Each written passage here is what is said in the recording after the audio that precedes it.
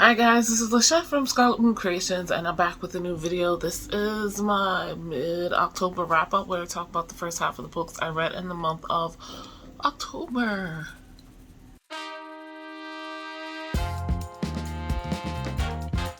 So, October 2024, what did I do? There was a readathon called Love in the Night, which is basically a week-long readathon for paranormal romance. And this was co-hosted by many of my faves: Hia Booktubes, Happy for Now, Izzy, Steph from Novelty Corner, and Shay from Shay Geeks Out. So yeah, it was a week long. There was a bingo board, but also like a scavenger hunt. I didn't go in with any particular plans except I want to read some freaking books. Paranormal romance is, my fave subgenre, and urban fantasy often crosses over with that. Hence, it's my other fave subgenre. It was like the second week or so of October. I don't remember anymore, but I think I probably started late, so I gave myself the grace of ending late too.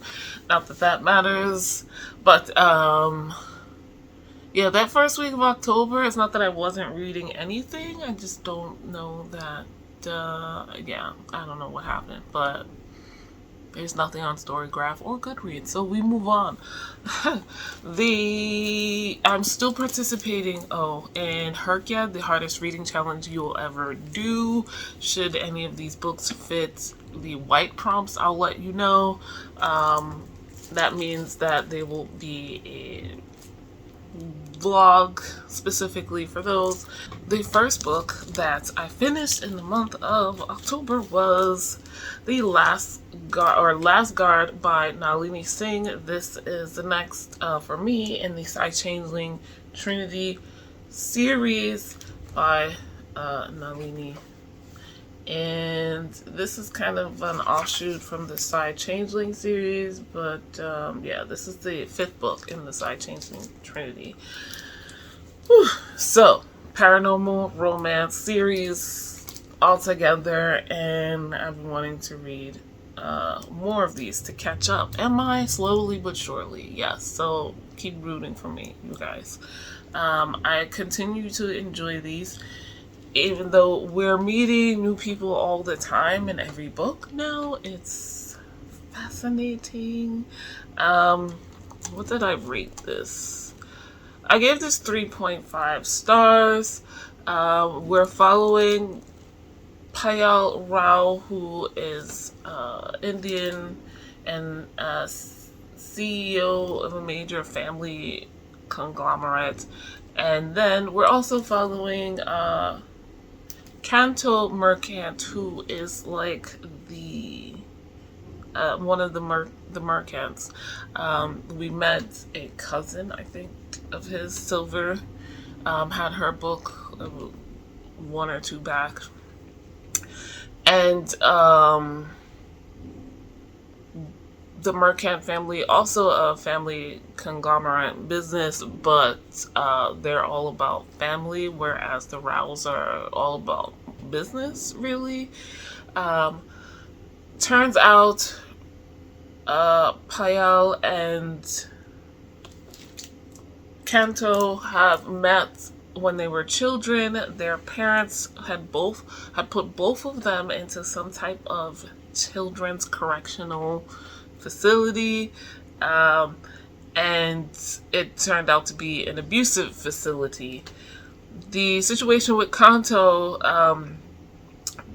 both of these families, I neglected to mention, are Psi. So psychic races, and this was during silence, so this was a time where the Psi were, for 100 years, they had cut off all emotions from themselves, using only logic and psychic abilities to supposedly keep their race sane. And that implies here because apparently neither Kanto nor Payal were seen as perfectly silent as children, and hence the need for correction. And while the mercants usually would be against such a thing, Kanto was being raised by his father's family and was put in this facility without his mother's family or his mother being aware. Shortly after the two met as kids, they were separated. I think the facility got raided and taken down or whatever. Payal has since then learned to be as perfectly silent as she can, which is not good enough for her father, nor her older brother, who everybody is pretty sure is a psychopath, but he's able to make it look like he's okay. In the modern time, in current day, Kanto reaches out to Payal, not knowing who she is, but knowing that he thinks she is another side like him, an anchor. So now we have a whole new subset of side brought to the table, literally here. Anchors are quiet and unknown. They don't like publicity. Most side don't even know they exist. Those that do are not aware of who is, and they're not aware of the identities of each other. But as the side net is continuing to break down, Kanto has come up with this idea that all the anchors should get together and work together, and also come forward publicly into the light, and ask to be demand a seat at the side council's table, because it ain't gonna work without them.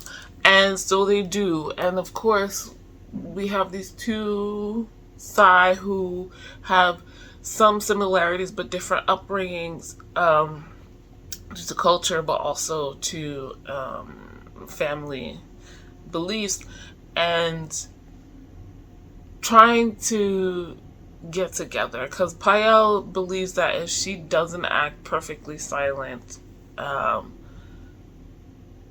she will probably die. And yeah, Kanto doesn't believe that. So I enjoyed it, being back in this world where we have Sai and changelings, which are like shapeshifters, but that wasn't the main point here. It was great. I thoroughly enjoyed this. It wasn't perfect to an extent. There's a feeling of, what's the word?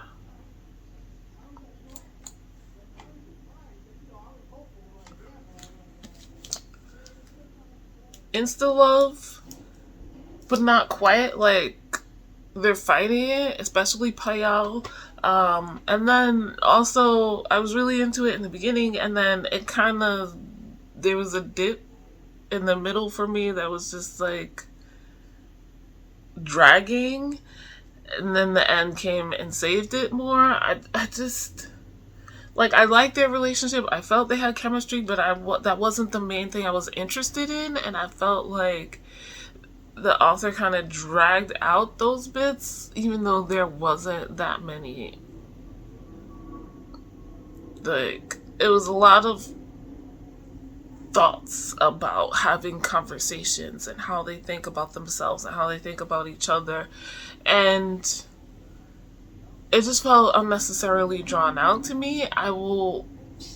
So I was more interested in the council stuff, the anchor stuff, and that got pushed to the background. And then, there's still an underlying enemy with this whole coalition, and there's some stuff happening there, and I'm like, well, I would like to see what the bad guys are doing. And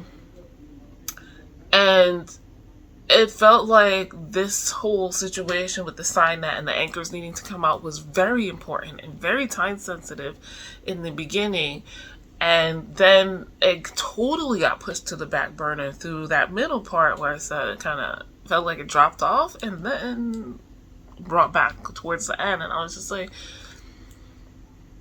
I think she did too good of a job expressing the urgency of the anchors coming together and joining with the side council and doing their thing with the sign net to push it back like that.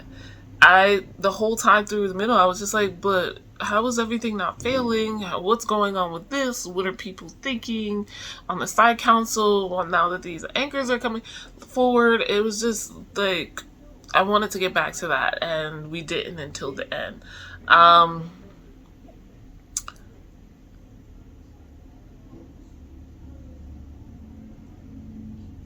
All of that, it's just not that much time passed, but we stuck in their thoughts, and not a lot happened, but we stuck in their thoughts. So, yeah, only 3.5, but that's not a bad rating, just not as high as some of the others in this series that I have enjoyed. Oh, before I forget, for the bingo board, this could fit author of color, Nalini Singh, is of Asian descent. And to read a sequel, this could also fit the disability mental health rep. We have physical disabilities as well as mental health rep in this. And then for the scavenger hunt, I mean, magic touch, hot as hell. Also cold-blooded for the side angle of things. So those are the prompts. I'll go over them at the end. Okay, so the next book I finished, and all the rest for this month are ebooks, and this one was One Night, One Bite by Dria Andersen. This was actually the group read for the Love in the Night Readathon, and I gave it 4 stars, even though it was a novella and I needed more. I desperately need more, and we talked about this in the live show for it, and I think she hasn't written more for this yet, but there has been some indication. Oh my god. It was so interesting and so different. So we've got like this US where there are vampires. I'm not sure about the rest of the world yet. If my eyes seem wet or if I'm wiping away tears, it's because of allergies. Please excuse me. So we've got Raven Sampson, who is going out to the club with her friend on Valentine's Day. She's recently gotten out of a relationship, and she's just trying to hang out, and she meets this dude who's like the enforcer or security type for the king of the vampires, or a king of the vampires. The world is not fully fleshed out yet, you guys, but so intriguing as it is. And yeah, they kind of click instantly. The chemistry is there. The world this is built into, it seems like we've had a civil war again, mostly between vampires, and the black vampires have somehow gained a foothold in the South, of all places, which is totally badass. And they are seeming to come to starting to be allowed at the table with the white vampires of the North, right? So this takes place somewhere in the South. I don't remember where, but the dude Sebastian is like instantly into her, and he's like, that's his mate. So we've got like a fated mate situation here, and there's there's not much else I could say. There's something with her family, and she's got some kind of abilities, I think, but not sure what. There seems to be ties with lots of cultural and spiritual things here that I'm not fully aware of, because this is only a novella, and also I'm not from the South, so some names and titles I'm like, maybe I don't know much about that, or I've never heard of that, but I am so into it. And yeah, I mean, it's not a novella that makes me love the shortness of it like P. Jelly Clark can, but I was very happy. And, it only gets 4 stars because it's only a novella. I need more. Dria Andersen is, I believe, a Black author, and this was Black love as well, so back to the bingo board. This fits for new to me author to hopefully start a series, read an indie book, and an author of color, read an ebook. Yeah, I said that. No, I did not say that. And wait, let me double check. Is there a moon on there is no moon on this cover. Unfortunately. So drenched. Definitely. Hot as hell. So the next book I finished. I think I picked this up from Pharaoh Fantasy Romance February.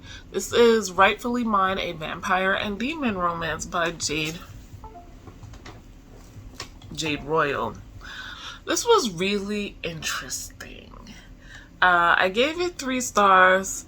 It's another novella, so I was not happy, but it was something to get to read during a week-long readathon. And another, I believe, indie romance author to try. I don't hate it. The writing was not great. It definitely could be better. The story, the premise was pretty good, though I was a little disappointed by the ending. So what is this about? I'm looking at the screen right now. So we've got this vampire king, and he's recently been made into a king. I mean, not into a vampire. I think he was born a vampire, if I'm remembering correctly. This monarchy, and yeah, his father recently passed away, and he's considered like a young king. Or did his father step down? I don't remember. But anyway, one of the rules, the stipulations for him being, coronated, because he's kind of like in waiting in a way. He's king, but he won't be truly 100% recognized until he gets a queen, and that queen needs to be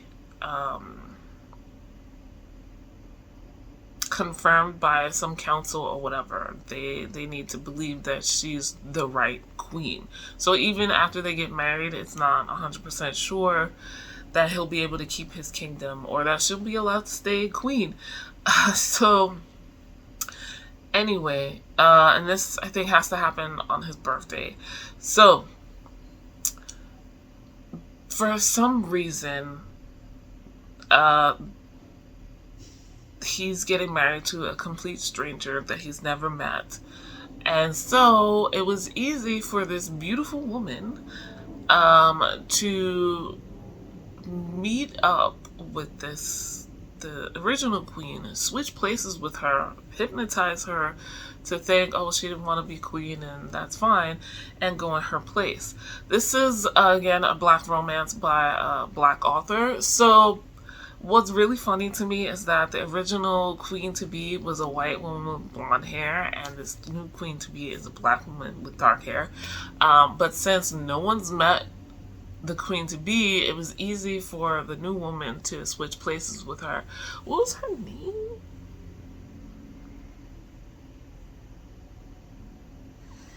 I don't remember. But the woman who switches places is a succubus, and I don't remember. But the woman who switches places is a succubus, and she is bent on getting revenge against this royal family who had at some point kicked her family off of the throne and took over from them. I think it was in their grandparents' time. So she has this whole plan to become the queen and, do well enough that the council, gives her the go-ahead, like she can be queen and then take over. The chemistry, I think, was really good. There was a few surprises in here that I think went off pretty well. The atmosphere, like the setting and all of that, was done well. Some things went too quickly. There was this idea about her also having a sexual relationship with one of the king's main servants, and I didn't quite understand the importance of that. No, I understood the importance of that, and I don't want to give spoilers. It's a novella. I don't want to say any more about the story. But I understood why. I didn't understand why he and then eventually the guy was like, okay, yeah, sure. And I'm like that's not abnormal. I don't know.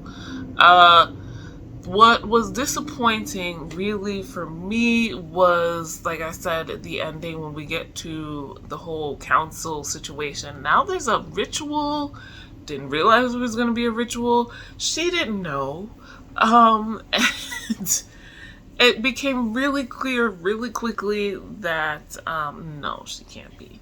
I felt that whole scene was kind of confusing. She and the king wind up talking, and all of this stuff comes out from both of them, and it winds up being wrapped up very quickly, and I was just like, we were building up to so much of this. And then overall, I felt like maybe everything went too fast.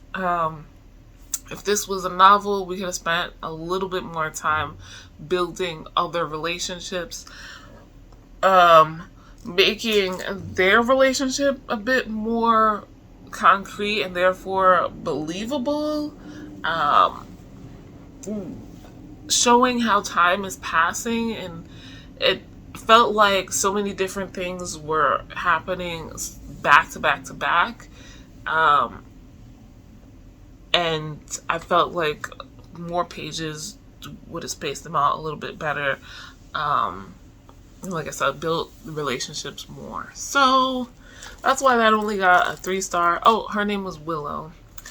But I'd be interested to try a full-length novel from Jade Royal to see. Rightfully Mine fits a couple of bingo prompts. New to me author. I don't know if it's the start of a series. I did not look that up. But author of color, and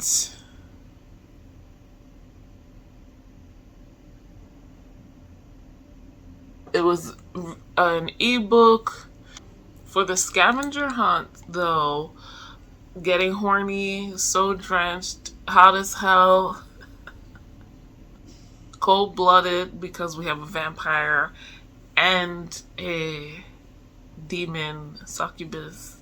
So that's the scavenger hunt prompts that fits. Alright, so the last book I'm going to talk about is actually the first in a series, which I binged this month. But I'll talk about the rest of the series in my October wrap up. Her Vicious Beast, The Beginning, is another novella by E.P. Bali, 0.5, book 0.5, and Her Vicious Beast. This is all Izzy's fault, with, of course, Heather's as well.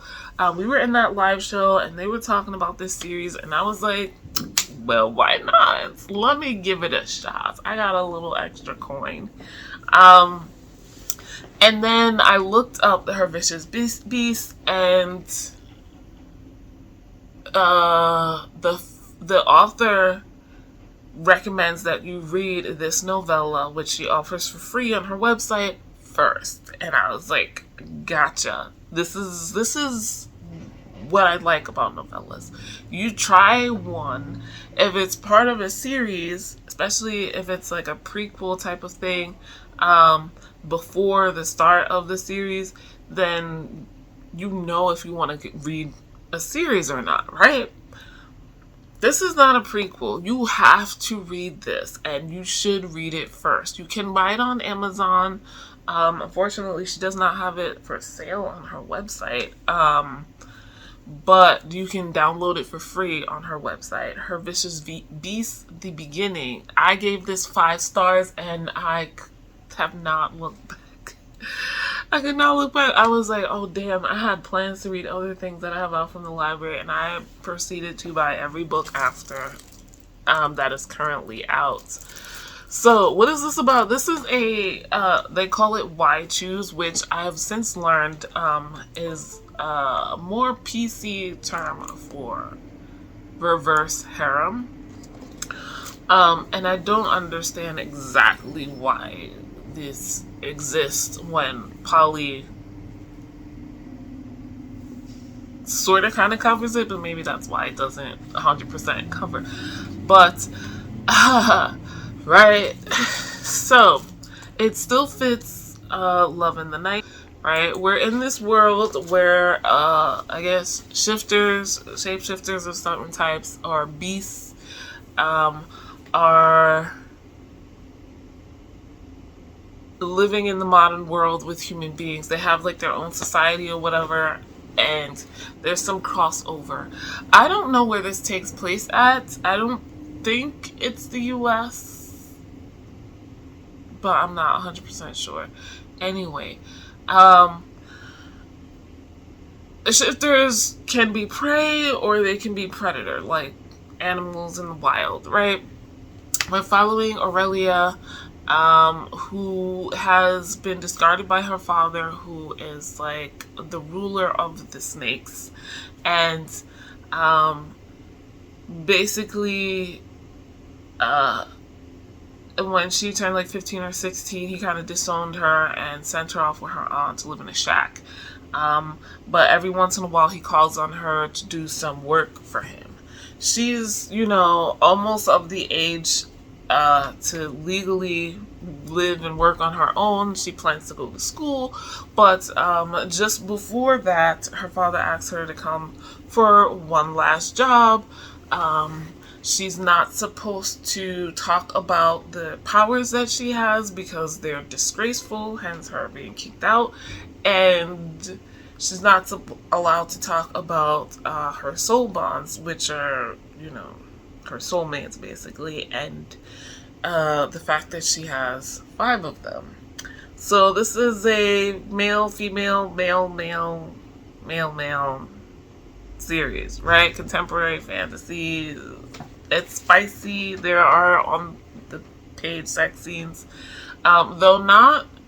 There's only one in here, and technically it's just her by herself. So, but there are some watchers. That's all I'll say without spoiling. So she plans on going to a human college, but just before she's gonna leave, like the day before, her father shows up and demands she does a job for him, and he takes her to this mansion, and is basically like, do what this man says. There's an older gentleman who's wealthy who asks her to heal one of his prisoners. And while she's down there, she, you know, starts to get to know some of the other prisoners, and things go from there. They are none of them her soulmates, the same shifter type or beast type. So that's another thing kind of against her. She's just been raised to like keep all of this to herself because it's shameful and nobody will want her, and she will be basically used as a breeder with no freedom of choice if she does say anything. So that's the premise for this novella, but also the series. That's how we start out, and I was like, okay, I'm cautiously into it. I have no problem with multi-person relationships or anything like that, and I gave this 5 stars for a novella. I think I've only done that for P. Jelly Clark. So who am I? I don't know. But I freaking love this. There's twists and turns you are not expecting. I like Aurelia. I was instantly hooked when I read this, and I was like, that's how you do a novella. Okay? If it's not going to be a standalone, this is how you do it, because instantly I was like, oh, I need to know what happens next. And this age range, I believe, is set for a new adult. So there's not much more I can say, because I'll be going into more details in the next video to talk about the next books in the series. But let me know if you've read any of these.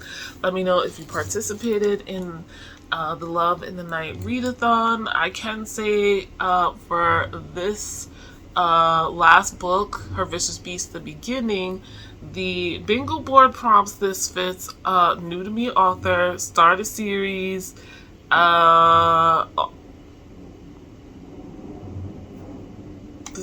this how, oh, I didn't double check. Sorry guys, hold up. Purple on the cover. Finally. Mental health rep, definitely. Read an ebook, of course. And oh, I don't remember. Is there a moon on the cover? There's so much on these covers. No, there is not on this one.